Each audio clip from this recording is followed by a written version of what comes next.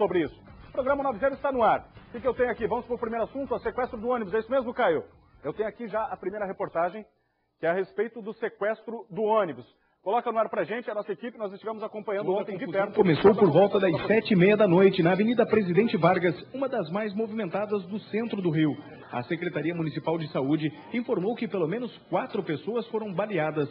2 passageiras, o motorista de um veículo que passava pelo local e uma mulher que foi atingida no peito. Um policial militar também foi ferido na perna e levado para o Hospital Central da Polícia Militar. Ao todo, 11 pessoas ficaram sob a mira dos bandidos. Um dos sequestradores conseguiu descer do ônibus e fugir com uma refém. Ele chegou a ser perseguido por 2 policiais militares, mas ao entrar em uma área de alto risco em Manguinhos, conseguiu escapar. Com a área isolada, o trânsito na Presidente Vargas ficou parado. Bom, já são 9h30 da noite, se passam quase 2 horas do início de toda a ação dos marginais. A área continua cercada, tensão, pânico, policiais do choque, também do BOPE, homens preparados para a negociação, tentam convencer os bandidos a todo momento a se entregar. Essas imagens, gravadas por uma testemunha, mostram o pânico e o medo de quem passava pelo local no momento em que os bandidos tentavam fugir com o ônibus. Houve troca de tiros.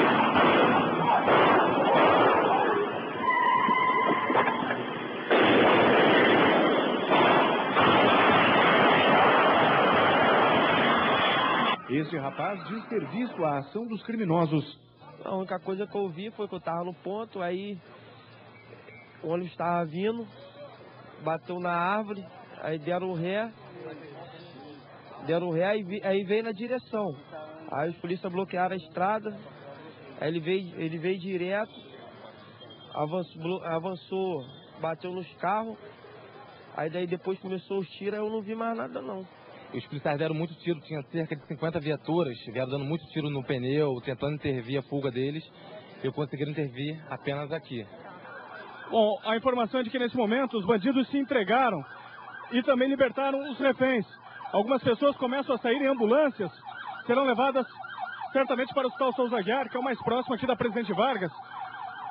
Outras ambulâncias permanecem lá atrás, esta segue escoltada pela viatura do 4º Batalhão da Polícia Militar também. Minutos depois, o comandante da PM falou sobre a rendição dos bandidos. O desfecho era prender as pessoas, evitando, obviamente, as vítimas. Nem sempre a gente consegue que seja assim, mas dentro do quadro grave que era, um veículo sendo conduzido naquele momento por alguém que nem motorista era, talvez nem habilitado, e que poderia causar grandes acidentes por pessoas fortemente armadas, com granadas, foi o desfecho dentro do possível. Nós usamos todos os cuidados, nossas técnicas, tivemos o apoio de outras instituições e nós tivemos um resultado esperado. Infelizmente tem pessoas feridas, nós não gostaríamos desse... Isso está sendo verificado. Tá? Já no final da noite, na 6ª DP, a chegada dos presos foi tumultuada. Com imagens de Júnior Guimarães e apoio técnico de Rogério Natividade, Cristiano Ascioli para o 190. E depois, horas depois, a polícia prendeu ainda um terceiro envolvido que procurou refúgio, procurou socorro em um hospital de Copacabana, na zona sul da cidade. Foi detido também pela Polícia Militar em um belíssimo trabalho dos PMs. Olha, na ponta da linha conosco agora, uma das passageiras do ônibus ao vivo, a Mara Santos, estava dentro do Frescão no momento da ação dos criminosos. Ô, Mara, obrigado primeiro por ter atendido a nossa equipe de produção. Boa tarde para você, Mara. Boa tarde. Ô, Mara, o que passava pela cabeça no momento em que os bandidos invadiram o ônibus e como é que foi toda a ação deles desde o princípio e você que testemunhou tudo? Com o que você me perguntou? Como é que foi a ação dos bandidos desde o início? Você que testemunhou toda a ação desses criminosos? A ação deles, um estava calmo, aparentemente calmo. Mas tinha um outro mais jovem que estava muito nervoso. Ele falava a todo instante que ia matar todo mundo, que preso, que ele não queria ser preso, que se fosse preso ia matar, ia furar todo mundo dentro do ônibus. Mas graças a Deus eu conversei muito com eles, eu sou evangélica, graças a Deus Deus estava comigo naquela hora. E eu conversei muito com eles dois, até que eu convenci eles de se entregarem.